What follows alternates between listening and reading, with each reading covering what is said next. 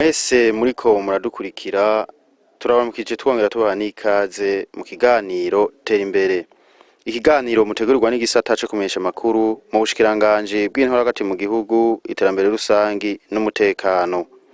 Umushikiranganje w'intwaro hagati mu gihugu, iterambere rusangi n'umutekano kuwa 26 Nyakanga umwaka w'2023 yarandikiye ikete abarongoye abandi ku mpande zose, aho yabasaba ko boba akarorero mu gushira mu ngiro umugambi wa nyenicubahiro umukuru w'igihugu c'u Burundi yuko bokorora inkwavu, bakubaka impongore z'inkwavu kubuzi aho bakorera.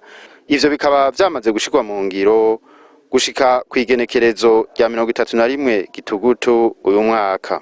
Nino muri iyo ntumbero igisata co kumenyesha amakuru mu bushikiranganje bw'intwaro hagati mu gihugu, iterambere rusangi n'umutekano cagendeye kw'igenekerezo rya 22 Munyonyo umwaka w'2023 intara ya Ngozi kuraba ingene bashize mu ngiro ivyo bari basabwe n'umushikiranganje. Tukaba twasanze muri iyo ntara yose baritavye ako kamo, aho bari bafise inkwavu zirenga 139,908 ariko bakamenyesha ko bagiye barahura n'intambamyi mu kurangura uwo mugambi. Ivyo ngaha mu ntara ya Ngozi co kimwe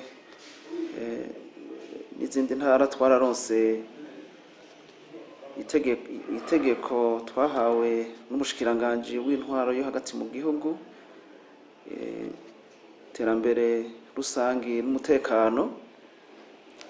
Iryo kete ryadushikiriye itariki 26 z'ukwezi kw'icenda umwaka w'2023, ryadusaba yuko mu mpera z'ukwezi kwa 10 ibiro vyose vyegukira ubushikiranganje mbere n'abene gihugu vyohimirizwa kugira ngo vyorore inkwavu, bitabire umugambi wa nyenicubahiro umukuru w'igihugu ukorora inkwavu. Ako kamo rero twebwe ngaha mu ntara nziza ya Ngozi twarakubahirije ku rugero rushimishije, haba ku biro vy'intara, haba mu makomine, haba mu mazone, haba mbere no mu bene gihugu dusanzwe turongoye. Twarabahimirije kugira ngo bitabire ako kamo k'umushikiranganje, kandi ibiharuro dufise nkuko duhavatsa kubashikiriza turabona ko vyifashe neza mu buryo rusange. Kugira dushire mu ngiro uwo mugambi, twebwe nyene twarabanje ku rugero rw'intara turatanga akarorero, aho tworoye inkwavu mbere zikaba zatanguye no kugwirirana kuva aho tuziguriye. Mu manama rero dusanzwe tugirana n'aba mustanteri burindwi, twaciye tubahimiriza nabo kugira ngo bagende iwabo ku biro vy'amakomine bashobore korora inkwavu, hanyuma ico gikorwa giheze bace bahimiriza abatwara amazone ko ari 32. Abo nabo nibaheza ico gikorwa ntikirahera neza, tuzoce tumanuka ku mitumba 298 yose igize intara, dutangure naho gushiraho uwo mugambi wa nyenicubahiro umukuru w'igihugu cacu Burundi. Iyo ntara ya Ngozi ikaba yafashe ya mbere mu gushira mu ngiro uwo mugambi, aho gushika ubu bageze ku nkwavu zirenga 139,908 gushika kw'igenekerezo rya 21 z'ukwezi kwa 11 mu mwaka w'2023. Ibiharuro dufise bitwereka yuko intara ya Ngozi ifise inkwavu 139,908. Aho rero ntidushizemo izoba zaraye zivyaye mwari no joro, mugabo ivyo tubahaye n'ibiharuro byo gushika kuri uno munsi wa kabiri igenekerezo rya 21 twezi kwa 11. Tugiye rero ku makomine, komine Busiga ifise inkwavu ibihumbi 18,527. Komine Gashikanwa ifise inkwavu ibihumbi 10,979. Komine Kiremba ifise inkwavu ibihumbi 24,809. Komine Marangara ikagira ibihumbi 21,929. Mwumba ikagira ibihumbi 11,431. Ngozi iyi komine turimwo ikaba ifise inkwavu ibihumbi 14,471. Nyamurenza ikaba ifise inkwavu ibihumbi 6,819. Ruhororo ikagira inkwavu ibihumbi 18,540. Tangara ikagira inkwavu ibihumbi 9,403. Musitanteri wa komine Ngozi yaratumenyesheje ko uwo mugambi wo korora inkwavu bawakiriye neza, mbere bakaba baciye bihutira guhimiriza indongozi ku rwego rwo hasi ko bokwijukira uwo mugambi. Uwo mugambi twakiriye cyane gose kuko ari umugambi uje guteza imbere abenegihugu bacu, na cyane cyane ko kurongora abenegihugu bakenye ari ibintu bigoye cyane, kandi binababaza no mu rugo mu muryango. Urazi yuko iyo umuryango udafite cyo kabura abantu birabaza cyane gose. Uwo mugambi rero twakiriye neza cyane kandi twaratangiye kushira mu ngiro, kuko nkungawe komine ubu turafise uruhongore rw'inkwavu, ubu inkwavu zishika ku 12. Kuva igihe tubonera irya kete twaje tubishira mu ngiro, murumva yuko mbere twahereye ku nkwavu 5, ubu tukaba tugeze ku nkwavu 12. Murumva yuko ari umugambi mwiza kandi ari icororwa kinyaruka kugwira. Ari gose baratanguye kubishira mu ngiro ku mazone no ku mitumba.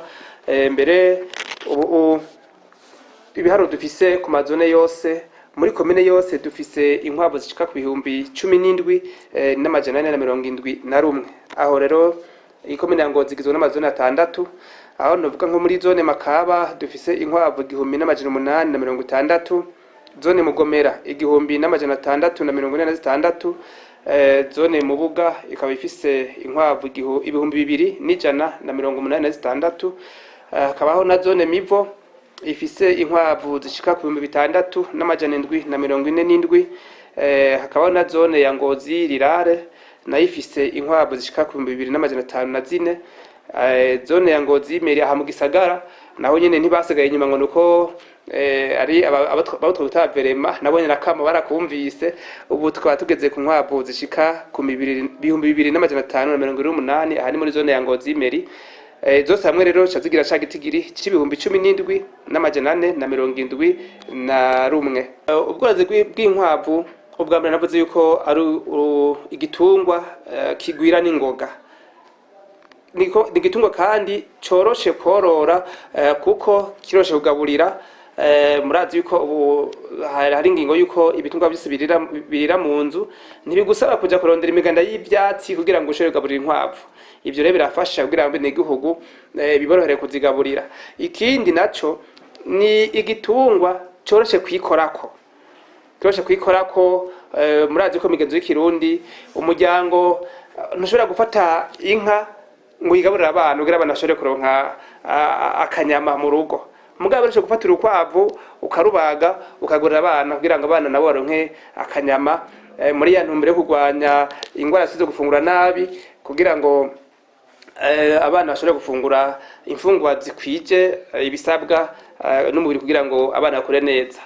Ikindi nubwo niyo umuntu agize ubukene mu rugo kukikorako biroroshe, kandi kagashobora kandi gusahiriza mu rugo kugira ngo urugo rubandanye rutera imbere.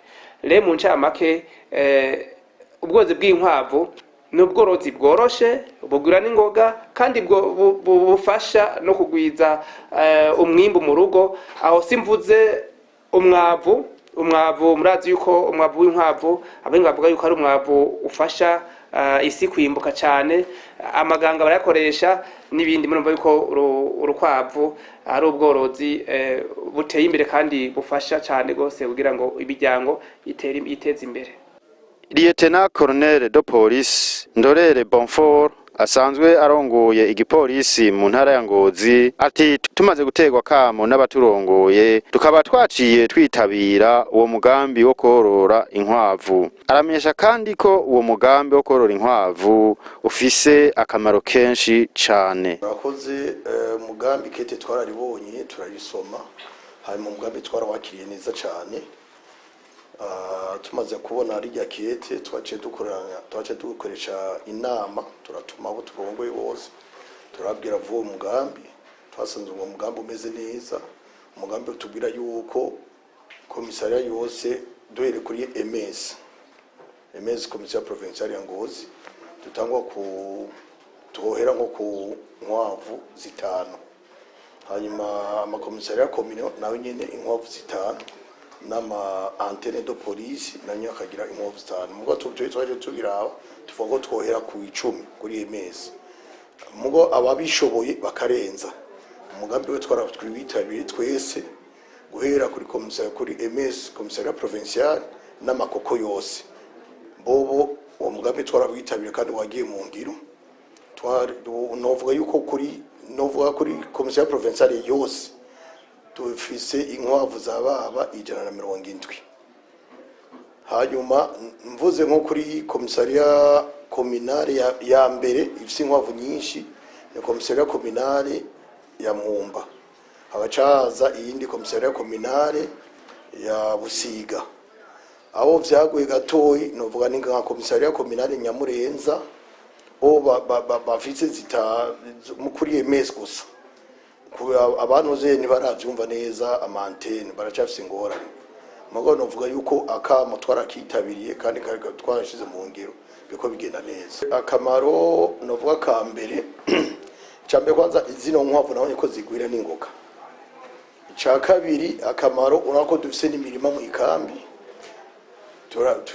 Akamaro nabonye amaganga izi nkwavu aradufasha cyane, bidufasha uza turekoresha muri mirima ku bitego twarimye. Ibindi navyo turabona ko ari abantu bamwe atamwe uza kudusaba ku bintu vy'amaganga baza kuyagura, nayo turagura amahera avuyemo turabikoresha mu bindi bintu tuba dukene nko kugura nk'impapuro mu mabiro, kuva amakaramu, tushaka kugura amatara, amampuro yahiye, ibintu nk'ivyo. Akamaro kariyo tutagiye muri izo rero zimwe iyo zagwiriye abapolisi barazikorako, harige babaga bakazifungura. Nizo rero nakwiyo iyo zigwiriye harizo tugurisha tukazikorako mu kugura nk'impapuro n'ibindi bintu. Umva akamaro ni kenshi cyane gose kandi turashima. Baba abene gihugu canke abajeje umutekano bo muri iyo ntara ya Ngozi twashoboye kuganira ngo bamaze kumva uwo mugambi wo korora inkwavu bakaba baciye baja ku kivi, ngo none ubu baratanguye kubona umusaruro ushimishije. Izinzu numvise umugambi w'umukuru w'igihugu yuko dukwiye korora inkwavu, hama yanje ndagukorera ko yanje nashatse kugira nyene norora inkwavu kugira nanjye nze ndonke akanyungu. Umugambi niho nkibutangura, natanguje inkwavu 26. Mugabo urabona ko hariho tuzu tutarahera neza, ngo mbandanye ngura kugira nashaka kugira ntangure ko nkwavu nka 60 kujo cyangwa 70. Twiteze umwimbo kuko mubonera ko nibaza yuko izivutse zubakira ahandi ku buryo n'abandi bazoza baraza bakaza bakangurira nanje kugira ndonke inyungu nabo bakaza korora kandi bakarabira ko n'akarorero. Bwa mbere bitangura kugira ubworozi bw'inkwavu byaranjemo gati burya no tungu dukwavu abana boronka utuntu akazi baba barakora. Nari ndazororeye hanze ahantu hari akazu hajya ku ruhande, muga mu nyuma ndiyumvira ati ibi ntivyo bimaze kuko nari ndabitunze nyene nk'ibisanzwe nari nzi ko inkwavu ata kamaro bifise mugabo maze kumva umugambi wa perezida vyaranjemo mvuga ati nanjye ntegeza korora kijambere canangura rero korora kijambere nahereye ku nkwavu 5 yego maze korora inkwavu 5 niho nabonye umusaruro gusumba uko nari natanguye kuzorora ziri hasi shabananyiriza ngaho nyene gushika kuri urugero mubona ngetseko inkwavu ntunze inkwavu 250 majana 250 rero ngaha mfiseho 180 mugari yahandi nazororeye nimuri yahandi hantu naho ndahororeye inkwavu zifise akamaro kenshi kandi umukenyezi nirirwa muhira ndabona akamaro gafise abana ntibagogwa n'ishuri nkeneye umunyu hakaza umukiriya mba nkoze ku muntu yego sinifuza kugura inyama z'inka mfise inkwavu ngaha yego zirafise akamaro kanini cyane kuva nororeye inkwavu umwavu singura nk'abandi yego zirafise akamaro kanini gose bivaye n'akavu ndaronka ngaha nyene yego uyu mugambi ahubwo waje utevye ntitwari twarabumenye iyo tubumenya tuba twarakize nk'ubu nk'akarorero hariho umuntu yatubwiye yuko atugurira ku ibido y'intozeye ibido y'amaganga ayigura 60,000 urumva nkayo s'amafaranga make arashobora kudusahiriza mu bikorwa byo ngaha canke ibindi tuba dukeneye urabona hari igihe umuntu akenera nk'irame y'impapuro akifuza yikura akayibura hari n'igihe batuza kuyisaba ku ikomine hari igihe umupolisi agira ikibazo perema SMP ugasanga yabuze nk'umuntu bikaba ngombwa yuko abantu bakotize ico gihe dufise nk'abatuguriye amaganga tuca tugira canke ya maganga nyene aya turashobora kuyatabiza imboga abapolisi bagira nk'ubu nk'akarorero ku mantene nababwiye ko bategeza kuri mutuboga baza baracanganya n'intozeye n'uyu muceri bafungura nkumbure n'ubugari muri kazoza naho turipfuza nizamara kuba zararondotse nk'akarorero tugize nk'inama turi benshi ajya makozere etike tugira tugatoramo nk'abingahe vyakuze tukabifungura na twebwe kugira tugire amagara meza. Murakoze, twebwe si inkwavu gusa ubu tugeze ku inkwavu hafi 170 mwabyumvise nk'uko umukuru abjejwe igipolisi mu ntara yabivuze commissaire provincial zeze ku 170 ziri mu makomine 9 dushizemo na MS. Twebwe rero dusanzwe dufise n'ubundi butunzi turafise inka turafise n'impene amakomine dukuyemo MS turafise inka zisanzwe ziri muri komine Marangara kugira nizo dutunze muri komisariya provincial zirashika inkindwi impene ntiziragwira cyane ni impene ndwi zine rero mugabo migambi dufise nuko ibyo bitungwa twobikwiragiza no mu komisariya komine uko aho bafise amatongo nabo twifuza ko twobaha bakorora mugabo rero kubera yuko henshi amakomisariya komine usanga haga ngaho murabona nta tongo bafise bakororeramo ibitungwa twifuza ko cyane cyane Marangara hari hanini twobongera nk'iyindi nka zikaba nka 3. Umuhanuzi wa Buramatari w'intara ya Ngozi ajejwe ivy'iterambere akaba ari nawe akurikirana ivyo vy'ubwo bworozi muri iyo ntara ya Ngozi nawe nyene aremeza ko korora inkwavu bifise akamaro kanini kw'iterambere ry'igihugu ndetse n'iry'abene gihugu. Akamaro k'urukwavu ni kanini cyane hariho n'ivyo tutaye tuzi natwe umugabo bagiye barivuga twaje turabimenya nk'ikintu c'amaganga kuko uko bwa mbere hoho ni gitungwa nk'ibindi murabizi yuko igihugu c'u Burundi ubutunzi bw'igihugu c'u Burundi bufatiye ku burimyi n'ubworozi. Inkwavu ziratanga umwavu, inkwavu ziratanga amaganga akaba ari umwavu kandi ukaba ari n'umuti wo gupompa ingwara zimwe zimwe ku biterwa. murumva nk'iki conyene n'ikintu kinini cyane kijanye na cana niki cyuko Uburundi ubutunzi bw'igihugu bushingiye ku burimyi n'ubworozi. Icya kabiri, icya gatatu, urukwavu rushobora gutuma wikenura, urutwaye kurugurisha bituma ushobora kwikenura ku mafaranga.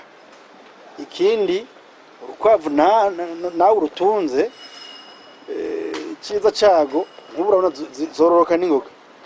Umuntu atunze inka kugira yitore ngo gira yibage, ngira ngo n'inama y'umuryango gibanza gukorana. Ariko urukwavu ndavyiyumvirira mu gitondo no ku mugoroba na saa sita ntawe mbaza. Urashobora kugwikora ko igihe cyose ubikeneye kuko bwa mbere ziba ari nyinshi kandi wowe witeze n'izindi nyinshi vuba. Kandi urabangutse kwikora ko igihe cyose haba ku mahera haba no kurufungura nk'inyama. Hanyuma kandi hari abatubwiye yuko n'ubu bwoya bwabo hari ibyo babukoramwo,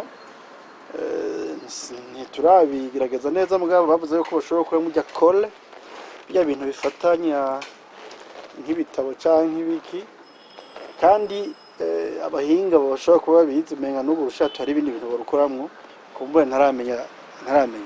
Murumva yuko by'ukuri ko urukwavu rufise akamaro kanini gusumba ibindi, kubera ntababwiye nk'aho gusa yuko nko gutora nk'inka ufise nka zitatu tukavuga ati tugira tuyishore, ikibazo kinini. Naho wagwara urashobora gupfa kuvuga uti jewe iyi nka kira sinoyikorako. Ariko urukwavu naho woshora zitanu usigana rumwe, amezi abiri heze ufise izindi 10. Nico gituma rero kuvyukuri uyu mugambi turetse no guhimirizwa kubera itegeko, mugabo murumva ko ari umugambi usahiriza umuntu ubwo nyene, kandi utarinze kugisha inama umuryango canke nde, wewe uvyiyumviriye urashobora kugusahiriza mu biba bikugoye ibyo byose. Ariko rero ngo nubwo uwo mugambi ugeze ku ntambwe ishimishije, intambamyi zozo ntizibura. Ivyo vyashikirijwe na buramatari w'intara ya Ngozi, yaboneyeho no guca atera kamo indongozi zose ko zofata iya mbere mu korora inkwavu kugira bashike kwiterambere. Intambamyi ntizibura, hariho intambamyi cyane cyane nko ku bigo bimwe bimwe musanga bidafise uburyo bwa leta bikoresha. Aho twavuga nk'amazone yarahuye n'ibibazo kuko kubaka zijya nzu z'inkwavu bitwara uburyo bwinshi. Tugasanga rero hariho ikibazo cyo kubura ibikoresho.